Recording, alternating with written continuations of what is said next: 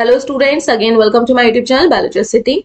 आज हम लोग काफी टाइम बाद फिर से अपने लेक्चर्स को कंटिन्यू कर रहे हैं। जो क्लास 11 का चैप्टर हम लोग स्टडी कर रहे थे that was digestion and absorption. इस चैप्टर के हमारे 2 लेक्चर्स भी हो चुके थे जिसमें हम लोगों ने डाइजेशन की इन जनरल डेफिनेशन को स्टडी किया था। साथ ही हम लोगों ने डाइजेस्टिव सिस्टम में जो पार्ट्स रोल प्ले करते हैं उनके फ्लो चार्ट को स्टडी किया था। तो digestive system consist of 2 part, one is the elementary canal, another one are digestive glands. Mouth से एनस तक का जो पार्ट है, जो कैनाल है, उसको हम लोग एलिमेंट्री कैनाल बोलते हैं। और ये कैनाल डिफरेंट जगह पे, डिफरेंट लोकेशन पे अलग अलग शेप ले रही है, अलग अलग डायमीटर हो रही है इसकी। तो उसके बेसिस पे एलिमेंट्री कैनाल डिफरेंट पार्ट्स में डिवाइडेड है। एंड डाइजेस्टिव ग्लैंड्स वो ग्लैंड्स जिनका सिक्रीशन डाइजेशन में रोल प्ले करता है। ऐसे ग्लैंड्स जो किसी सब्सटेंस को सिक्रीट कर रहे हैं और ये सब्सटेंसेस आपका डाइजेशन में रोल प्ले करेंगे, तो उन ग्लैंड्स को हम लोग डाइजेस्टिव ग्लैंड बोलते हैं। डाइजेस्टिव ग्लैंड्स में आपके यहाँ पे 3 ग्लैंड्स दिए गए हैं, salivary gland, liver and pancreas. Salivary glands को हम लोग स्टडी कर चुके हैं जब हम लोग ने बक्कल कैविटी टॉपिक को स्टडी किया था, लास्ट लेक्चर में स्टडी किया था। So here we had already covered the buccal cavity part of alimentary canal, pharynx and esophagus. ये तीनों ही पार्ट हम लोग कवर कर चुके हैं। एलिमेंट्री कैनाल के पार्ट्स को फर्दर स्टडी करने से पहले हम लोग एलिमेंट्री कैनाल की हिस्टोलॉजी को स्टडी करेंगे, इंटरनल स्ट्रक्चर को स्टडी करेंगे कि वो कैसे बनी हुई है, कौन सा टिश्यू है वहां पे। और इंटरनल स्ट्रक्चर की स्टडी को हम लोग क्या बोलते हैं, एनाटॉमी। और नेक्स्ट क्लास में हम लोग बाकी के एलिमेंट्री कैनाल के पार्ट्स को स्टडी करेंगे, that means stomach, small intestine and large intestine. तो स्टार्ट करते हैं अपने आज के टॉपिक से, histology of the elementary canal. Alimentary canal को कैनाल क्यों बोल रहे हैं भाई? हॉलो पार्ट है, ट्यूब लाइक स्ट्रक्चर है, और इसका इंटेस्टाइन पार्ट भी इसमें आता है, फूड भी जाता है, स्टमक वाला पार्ट भी है। So we called it as a tubular gastro intestinal tract. एक रास्ता ही तो है, फूड आगे पास होता है और डाइजेस्ट होता है। So here the tubular gastrointestinal tract of a mammal has a characteristic layered structure. इसकी जो characteristic structure है ये कैसा है? layered है, layers present है। और कितनी layers present है? 4 layers present है। यहाँ पे एक बार हम लोग एलिमेंट्री कैनाल के स्ट्रक्चर को ड्रॉ कर लेते हैं। माउथ, बक्कल कैविटी, जो कैविटी है जहाँ पे खाना रखते हैं, फेरिंग्स, फेरिंग्स के बाद आपका फूड पाइप, ओसोफेगस, ओसोफेगस आपका टर्न करती है, बैग लाइक स्ट्रक्चर लेगी जिसको हम लोग स्टमक बोलेंगे। स्टमक के बाद आपका कौन सा पार्ट स्टार्ट होता है? इंटेस्टाइन वाला पार्ट स्टार्ट होगा, small intestine. And after that कौन सा पार्ट स्टार्ट होगा? Large intestine. ये लार्ज इंटेस्टाइन है, ड्रॉ कर रही हूँ लार्ज इंटेस्टाइन। लार्ज इंटेस्टाइन की डायमीटर स्मॉल इंटेस्टाइन से बड़ी होती है एंड लार्ज इंटेस्टाइन की लेंथ स्मॉल इंटेस्टाइन से छोटी होती है, और फिर देन एनस। तो ये पूरी एलिमेंट्री कैनाल को जब हम यहाँ से कट कर रहे हैं, कहीं से भी कट कर रहे हैं, तो भाई इसकी कोई ना कोई तो वॉल होगी। जब हमने इसकी वॉल को देखा तो it's wall consist of 4 layer. भाई अगर इस तरह से ये है पूरी, ठीक है, तो एक लेयर निकाली, एक लेयर, फिर दूसरी लेयर निकली, तो ऐसे आपकी 4 लेयर्स हैं। और आउटर से इनसाइड तक का, बाहर से अंदर तक का ये पूरी वॉल है। तो बाहर से अंदर तक का जो 4 लेयर का सीक्वेंस है वो साइड में दिया गया है। Outer most is the serosa, उसके बाद मस्कुलरिस, मस्कुलरिस में भी एक एक्सटर्ना है और एक इंटरना है। बाहर वाली एक्सटर्ना, इंटरनल वाली इंटरनल, यहाँ पे सिर्फ एक्सटर्ना लिखा हुआ है। नेक्स्ट है आपकी सब म्यूकोसा एंड इनर मोस्ट है म्यूकोसा। सो हियर जो आपकी सेरोसा है ये आपका भाई कवरिंग वाला टिश्यू है, एपिथेलियल लेयर होगी। क्योंकि आप जब एनिमल टिश्यू में टिश्यू सिस्टम को स्टडी करोगे, तो टिश्यू सिस्टम को स्टडी करोगे तो हर जगह जो कवरिंग वाला टिश्यू होता है, अगर वो हॉलो ऑर्गन है तो inner side as well as outer side. अगर कोई भी हॉलो ऑर्गन है तो उसमें दोनों साइड हो गई, आउटर साइड भी हो गई और इनर साइड भी हो गई। तो यहाँ पे इनर साइड या आउटर साइड नहीं बोलते, आउटर लाइनिंग और इनर लाइनिंग बोलिंग, पूरी सरफेस को लाइनिंग वर्ड से हम लोग डिनोट करते हैं। तो वहां पे हर जगह कौन सा टिश्यू होता है? Epithelial tissue. अब इसका भी नाम होगा। तो एलिमेंट्री कैनाल का यहाँ पे आपको स्क्रीन पे डायग्राम दिख रहा होगा। तो आउटर मोस्ट अभी हम लोगों ने स्टडी किया, आउटर मोस्ट कौन सी थी? हमारी सिरोसा वाली लेयर थी। तो ये आपको सिरोसा दिख रही है, पतली सी सिरोसा लेयर। सिरोसा के बाद भाई मस्कुलर ऑर्गन है, आगे खाना जा रहा होगा। और जो भी मस्कुलर ऑर्गन होता है उसमें कौन सी प्रॉपर्टी होती है, कॉन्ट्रैक्शन की प्रॉपर्टी होती है और रिलैक्सेशन की होती है। तो क्यों ना रिलैक्सेशन, क्यों ना हम लोग मस्कुलर वाला जो टिश्यू है उसको रबर बैंड से कंसीडर करें। रबर बैंड भी तो इलास्टिक है। अब इस मस्कुलर वाली लेयर में भी दो लेयर है, आउटर वाली अलग है जिसको एक्सटर्नल बोलेंगे, इनर वाली अलग है। तो आउटर वाली को हम लोग बोलते हैं लॉन्गिट्यूडनल मसल जिससे बनी हुई होती है, और इनर वाली सर्कुलर मसल्स प्रेजेंट होती है। तो अगर आपके पास कोई भी एक रबर बैंड है तो ये पूरा बंद है, तो रबर बैंड ये कैसे स्ट्रेच होगा, इस तरह से स्ट्रेच किया फिर रिलीज किया तो अपनी ओरिजिनल पोजीशन पे आ गया फिर से। तो ये क्या करेंगे, कंप्रेशन और रिलैक्सेशन इस तरह से करेंगे डायमीटर की तरफ या इनर और आउटर साइड। अगर इसी रबर बैंड को हम लोग एक जगह से कट कर दें, सपोज इस रबर बैंड को हमने यहां से कट कर दिया, तो ये कैसे हो जाएगा, ओपन फॉर्म में। अब ये कैसे स्ट्रेच होगा, इस तरह से। सिमिलरली आपकी लॉन्गिट्यूडनल और सर्कुलर मसल्स भी होती हैं। तो यहाँ पे आप देखिएगा लॉन्गिट्यूडनल, आप जब इस लेयर को देख रहे होगे तो यहाँ पे जो आपको मसल्स दिख रही हैं वो कैसी दिख रही होंगी, लेंथ वाइज दिख रही होंगी, इस तरह से, इस तरह से, ठीक है। और नीचे वाली लेयर में आप अगर देखिएगा आपको कैसी मसल्स दिख रही हैं, ये वाली पार्ट, थोड़ा सा क्लोज व्यू लीजिएगा, ये आपको कैसा दिख रहा होगा, सर्कुलर दिख रहा होगा। एक बार सारी लेयर्स को हम यहाँ पे इरेज कर देते हैं।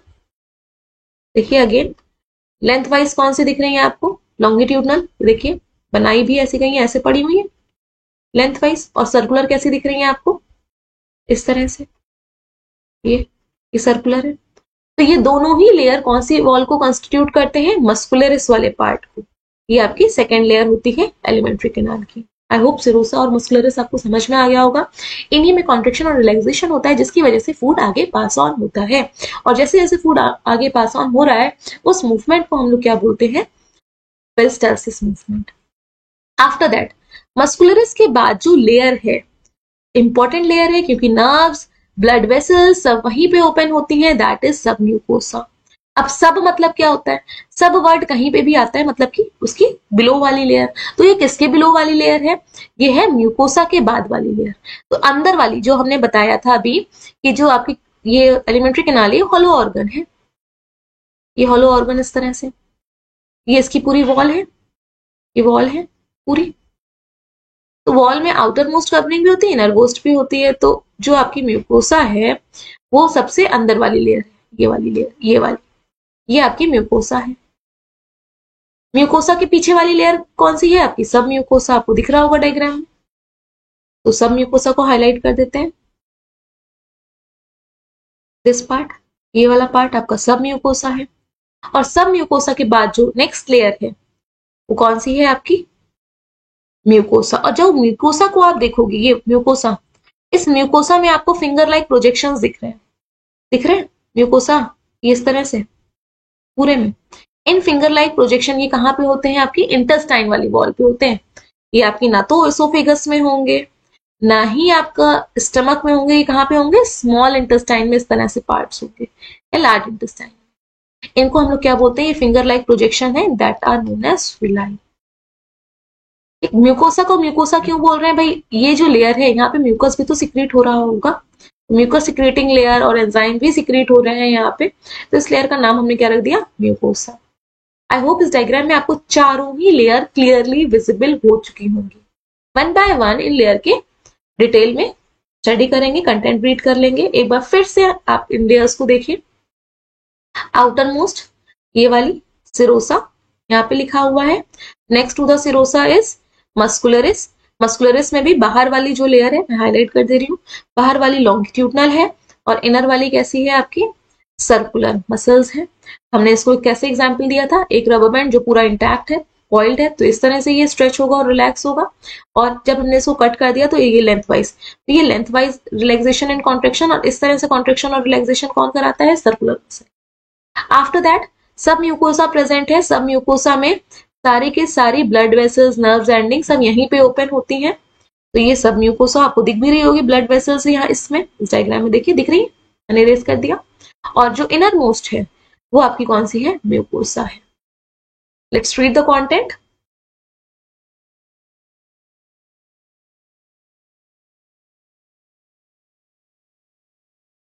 So here, first layer, serosa. Serosa is the outermost layer made up of simple squamous epithelium. Epithelial tissue हम बार बार बोल रहे हैं, एपिथेलियल टिश्यू कौन सा टिश्यू होता है, कहीं पे भी किसी भी ऑर्गन की जो कवरिंग वाला पार्ट है, कवरिंग की प्रोटेक्शन का काम करेगा। भी कवर किसी भी चीज को क्यों करते हैं, प्रोटेक्ट करने के लिए।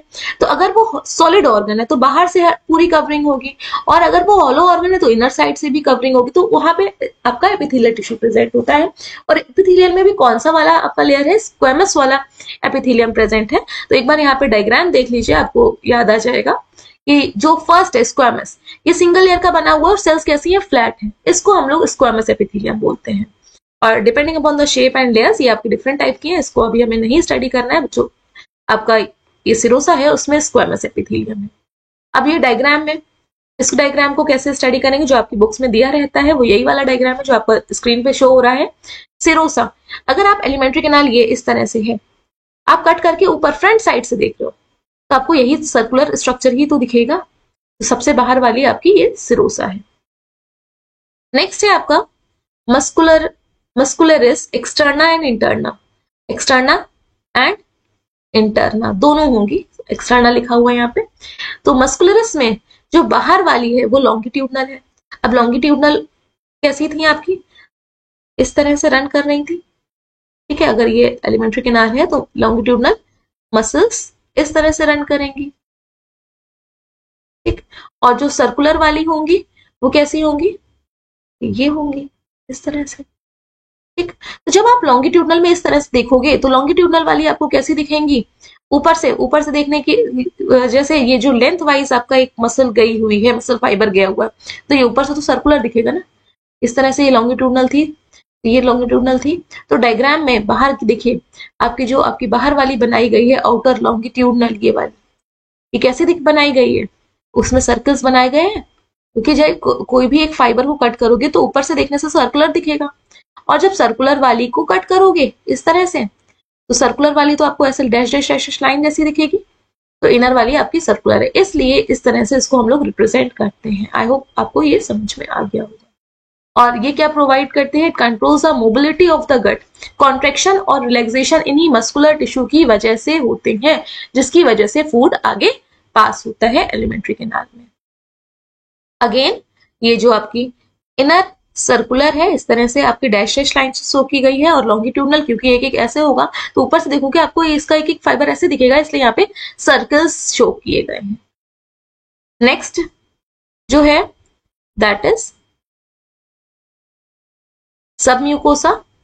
सब म्यूकोसा, म्यूकोसा के बाद वाली सबसे देखिए इनर वाली आपकी ये म्यूकोसा है, इधर डायग्राम में ये म्यूकोसा, म्यूकोसा में ये वाला लेयर, इसके बाद वाली भाई इसके पीछे वाली लेयर, पीछे वाली है, नीचे वाली आप बोल सकते हो इसके नीचे की साइड, क्योंकि अगर आप ये ओपन कर रहे होगे, अगर आपने इसको यहां से कट किया, पूरा कट कर दो, ये पूरी तरह से इस तरह से फैल जाएगा टिश्यू इस तरह से। तो सबसे अंदर वाली कौन सी हो जाएगी, म्यूकोसा। ये पूरी, उसके नीचे वाली कौन सी हो जाएगी, सब म्यूकोसा, इसलिए नाम दे दिया सब म्यूकोसा। सब म्यूकोसा में ही ब्लड वेसल्स, लिम्फेटिक्स, ब्लड का जो आपका कंपोनेंट है जिसमें आरबीसीज नहीं होते हैं, कैपिलरी लेवल पे बाहर निकल आता है प्लाज्मा अलोंग विद सम डब्ल्यूबीसीज, तो उसको हम लोग लिम्फ बोलते हैं, एंड नर्व सब इसी लेयर में प्रेजेंट होती हैं। तो आप पहले इस डायग्राम में देखिएगा, देखिए नर्व दिख रही है यहाँ पे, नर्व्स और ब्लड वेसल्स, और इस डायग्राम से आपको और क्लियर होगा।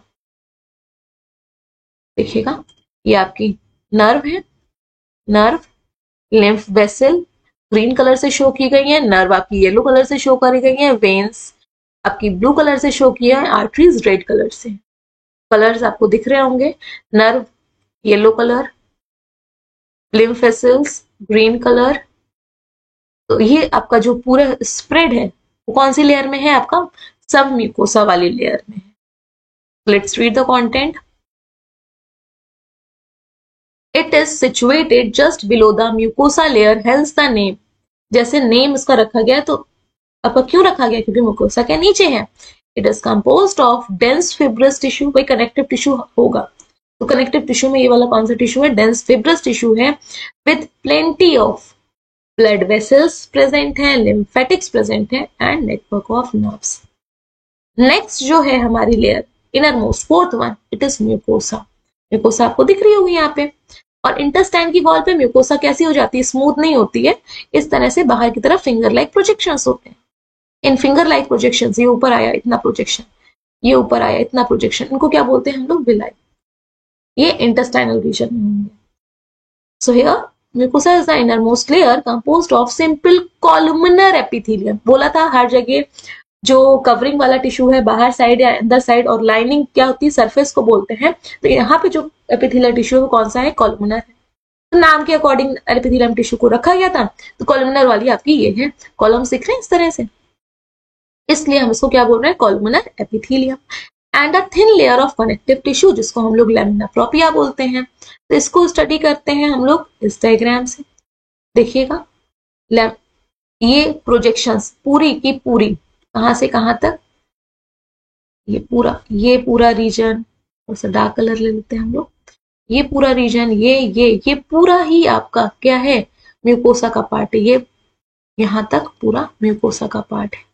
फिर से ऊपर प्रोजेक्ट हुआ, ये इतना प्रोजेक्ट हुआ तो विलाई बन गया, फिर ऊपर प्रोजेक्ट हुआ तो ये विलाई हो गया। तो जो म्यूकोसा की सबसे बाहर वाली लेयर्स को आप देखेंगे, म्यूकोसा की ये वाली लेयर, ये दिख रही है इस तरह से, इसको हाईलाइट कर देते हैं, इतना पार्ट ये आपका कॉलमनर एपिथेलियम का बना हुआ है। इसके नीचे ये पूरे में जो भरा हुआ पार्ट है, दिस होल पार्ट, ये आपका लैमिना प्रोपिया है, दिखा है यहाँ पे साइड में लैमिना प्रोपिया, ये उसके नीचे वाला। ये कनेक्टिव टिश्यू भी, कोई भी टिश्यू एक दूसरे को जोड़ रहा है, जोड़ने वाला, कनेक्ट करने वाले का नाम क्या है, कनेक्टिव टिश्यू है।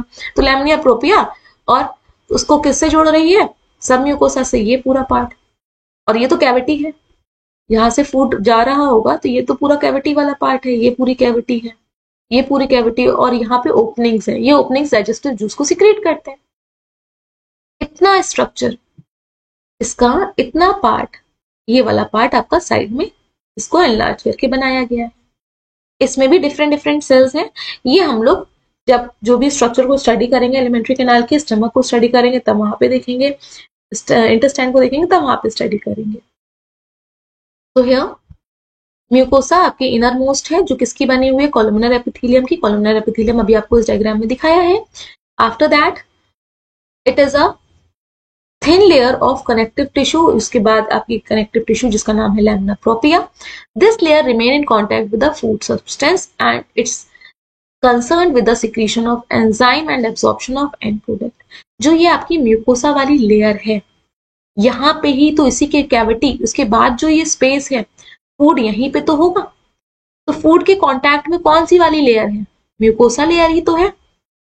तो यही म्यूकोसा लेयर एंजाइम्स को भी सिक्रीट करेगी, और जब फूड डाइजेस्ट हो जाएगा तो यही म्यूकोसा लेयर न्यूट्रिएंट्स को एब्सॉर्ब भी करेगी। एब्सॉर्प्शन का काम भी इसी का ही है और सिक्रीशन का काम भी इसी का है। और इंटेस्टाइन की वॉल पे ये क्या हो जाते हैं, फिंगर लाइक प्रोजेक्शन बन जाते हैं, जिसको हम लोग क्या बोलते हैं, villi. So this is all about histology of alimentary canal. Next class में हम लोग स्टमक को स्टडी करेंगे।